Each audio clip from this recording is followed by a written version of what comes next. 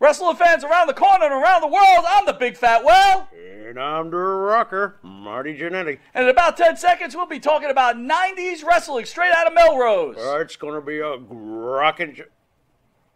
Who let the little kids into the studio? Cut! Cut! Wrestling fans, now you too can look as cool as Monty and the Pharaoh by wearing the official Monty and the Pharaoh sunglasses at night for $8.99 each. That's only $8.99 each. Now available at montyandthepharaoh.com.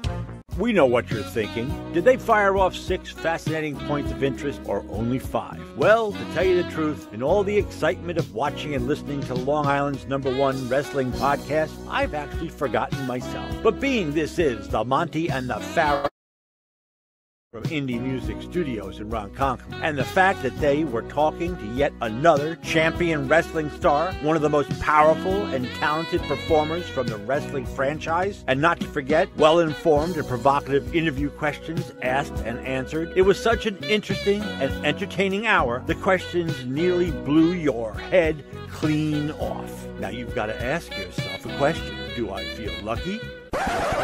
Do ya, punk? What? Yeah. No, I'm behaving myself. No, I'm not playing in abandoned buildings. What? Again? Now, I suppose you had those people follow me again. Fine. Hey, this is Jimmy Farrow from Monty and the Pharaoh, and I want to thank all our subscribers. We have now passed 14,000 on our YouTube channel. But I want to ask our subscribers to take the next step for us and become a full-fledged member of Monty and the Pharaoh. Yeah, that's right, folks. There's 3 different levels to choose from. There's free shirts. There's free autographs. Just check it out and become a member of Long Island's #1 pro wrestling broadcast, Monty and the Pharaoh. Later.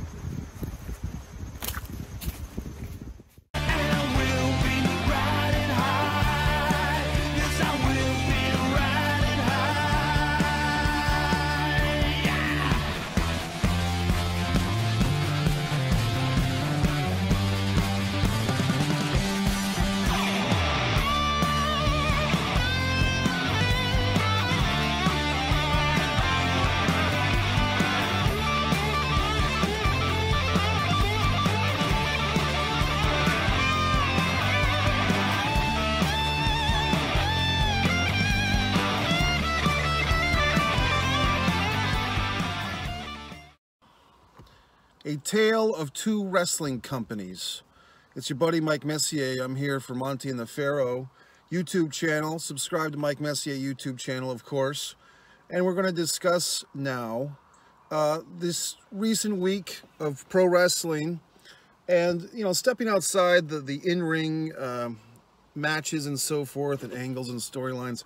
We see clearly there's a division in approach, a division in philosophy, a difference in human relations and human resources with these two companies.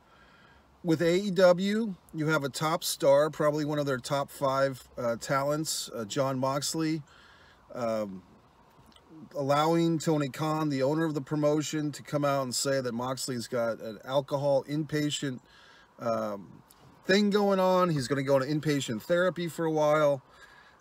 So basically Moxley is taken out of this tournament, of which he was expected to go to the finals and face Bryan Danielson at a pay-per-view and possibly turn heel turn. But all that got scratched because real life stepped in and said Jon Moxley decided he needed some help with recovery, which I can respect.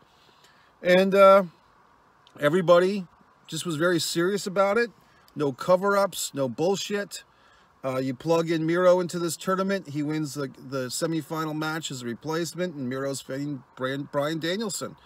Everything's solved on the up and up, and everybody feels pretty good about it. Then you take the WWE.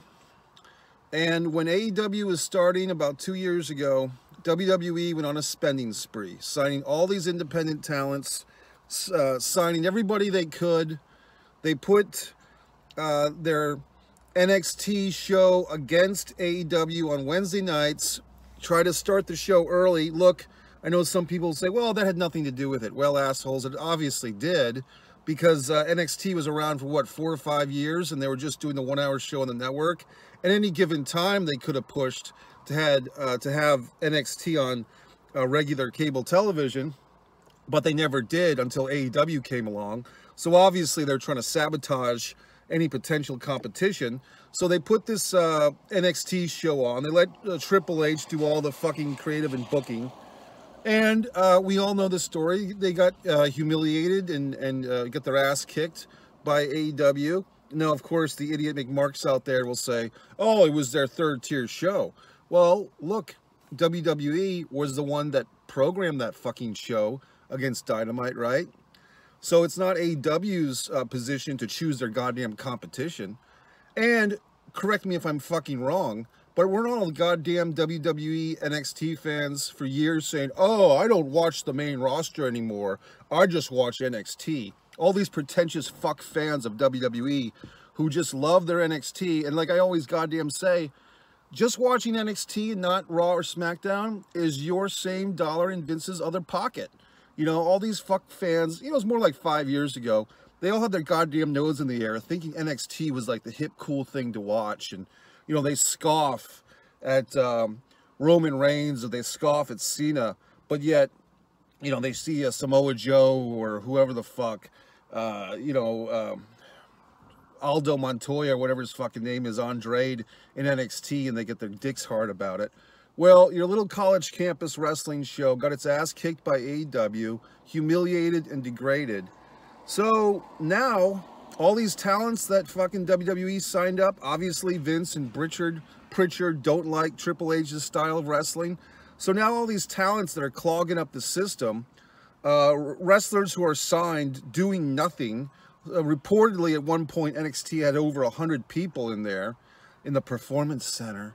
I mean, you can't teach wrestling in a Performance Center and have it be a variety of wrestling influences and styles. If everyone's getting taught at the same place, it's just homogenized Vince McMeat crap, okay?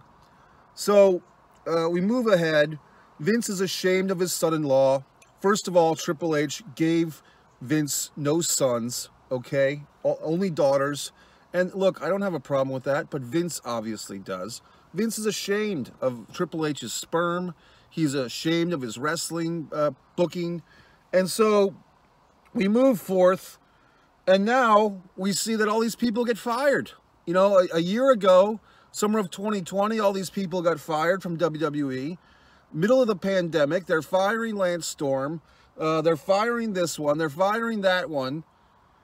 Mike Chioda, the poor referee who looks like he works in a gas station, gets fired. And everyone gets fired. And now in 2021, 6 months ago, we had a bunch of firings. And this past Thursday, we had a bunch of firings. We don't need Bray Wyatt all of a sudden. We don't need Karrion Kross. You know, we took Karrion Kross, we emasculated him, we cut his fucking balls off, we put Demolition Red on his fucking head, and we Red Roostered the guy into oblivion. Same thing with Keith Lee. We put him in a fucking moo-moo, we changed his fucking music, we called him the Bearcat, he looks like an idiot, everybody hates him, and they're ashamed of him, and that's what we do to people in WWE. We degrade individuals. They don't build people up, they degrade them. Just like they did to Terry Taylor. The poor guy needed the fucking money because he had a handicapped son or whatever, according to Jim Ross. And they degraded him. They emasculated Terry Taylor and they made him the fucking Red Rooster and he never recovered. So that's your wrestling company, WWE fans. That's the company that you watch. That's the company that you enjoy. Meanwhile, intelligent wrestling fans are watching AEW, where they have a real life situation. This poor Jon Moxley, he's struggling with alcohol issues, and he goes to rehab, and we all take it like men. We all clap, clap, clap, and cheer him on, and all that shit, because that's the intellectual wrestling promotion. That's the intelligent wrestling promotion. The WWE is, you outgrow it at a certain level of intelligence, but some of you haven't.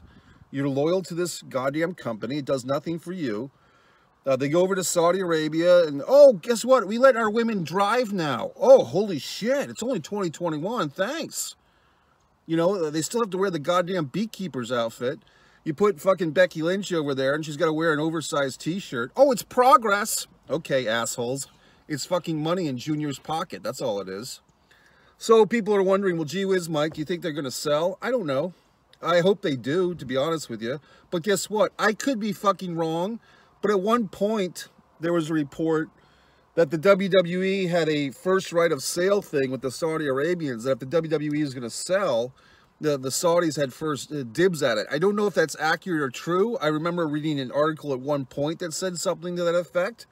You can do the goddamn research. But wouldn't that be interesting? If the WWE sold to the Saudi Arabian Sports Authority, how would you feel then? You know, what are you going to do with all your Hulk Hogan shirts then? What are you going to do with all your Madison Square memories then of Hulk Hogan facing the Iron Sheik on January 24th, 1984? What are you going to do then? Huh? It's all for sale, folks. So, there you go. What's his dick? Karrion Kross, for months, I was saying Karrion Kross was being humiliated, just degraded, not teamed up with his lady friend, Scarlett Bordeaux, looking like an idiot. I mean, they took this tough guy, this beast of a wrestler, and they emasculated him for no reason. They had him lose to Jeff Hardy for no reason. And you sit there and you watch it and you think it's great. Well, I don't. I don't. So that's it. Once again, the AEW Apologists, what is this, week 8? Something like that? I mean, what do I have to apologize for? You WWE fans, apologize to fucking me. Okay? Oh, they get long-term planning for Karrion Kross. He'll be fine, they fucking said. Well, apparently not. He got his ass fired, and they degraded him. Okay? Anyway, Monty and the Pharaoh YouTube channel. Subscribe to Mike Messier YouTube channel. All the wonderful things. It's been a great week. I do want to dedicate this video. I was at the McDonald's drive-thru today, and it was kind of one of those things, kind of like if you ever saw the beginning of Planes, Trains, and Automobiles when Steve Martin and the other guy, it might have been Kevin Kline, are having like kind of a pissing contest over the cab. So I'm about to take a right turn. This other guy's on the other side of the parking lot. He's trying to get into McDonald's, but I don't want to say I cut him off, but I went first. So I get in there. He gets behind me in his automobile. Then I see that he pulls like out of the drive-thru line because it was terribly horrible. We're all trying to beat the 10:30 time to get our breakfast. He pulls into a parking spot. I'm like, oh, this guy's pretty smart. So I pulled into a parking spot because now we're going to go inside and order and beat the fucking lane and get the 10:30 breakfast specials, right? Well, he goes to the fucking door of the restaurant. He's beating me and the door's locked. So he's like, oh, fuck. I'm like, oh, shit. So I get in my fucking car because I'm like, I got to go to that fucking drive-thru. This mofo backs up, and the way that his car was positioned, he backs up and he's right in the drive-thru line. So now he's in front of me. And you know what I did? I'm thinking, okay, that's fine. That's fine. Well, guess the fuck what? We both go through the goddamn line. I listen to him because he's ordering and he's telling them that he's using the app and getting the fucking McDonald's code. And I said, oh, that motherfucker. So I fucking get on my phone. I have the goddamn app too, and I'm fucking getting the codes. I get to order the goddamn breakfast special. I'm happy. 2 fucking sausage McMuffins with egg. Buy one, get one for a penny. And an orange juice. Okay, which I'm very excited about. And then, guess what?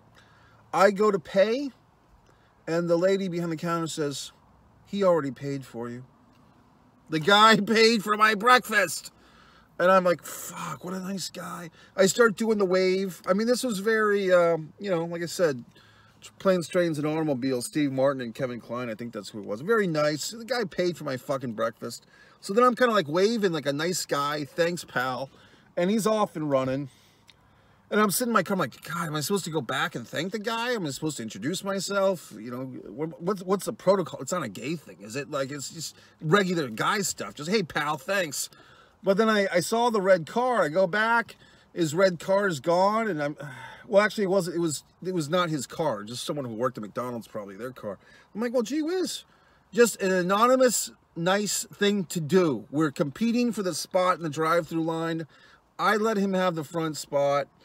Without a bitch, and he buys me the goddamn breakfast. Now, luckily for him, it was like $5. I mean, if I imagine I had a car full of fucks in here, I'm like, you know, when the lady said, oh, he paid for it, he said, oh, let me get some more stuff. Just rack it up on his credit card. But anyway, special dedication to this anonymous fuck. I'm sure he's an AEW fan. That's how we treat each other in AEW, with respect. We buy each other a McDonald's breakfast. We send each other to rehab. Meanwhile, in WWE, you get a Demolition Cross mask and a fucking Keith Lee moo-moo.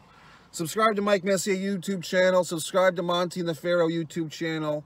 Long Island's #1 pro wrestling broadcast, not a podcast. Very good. See you next week.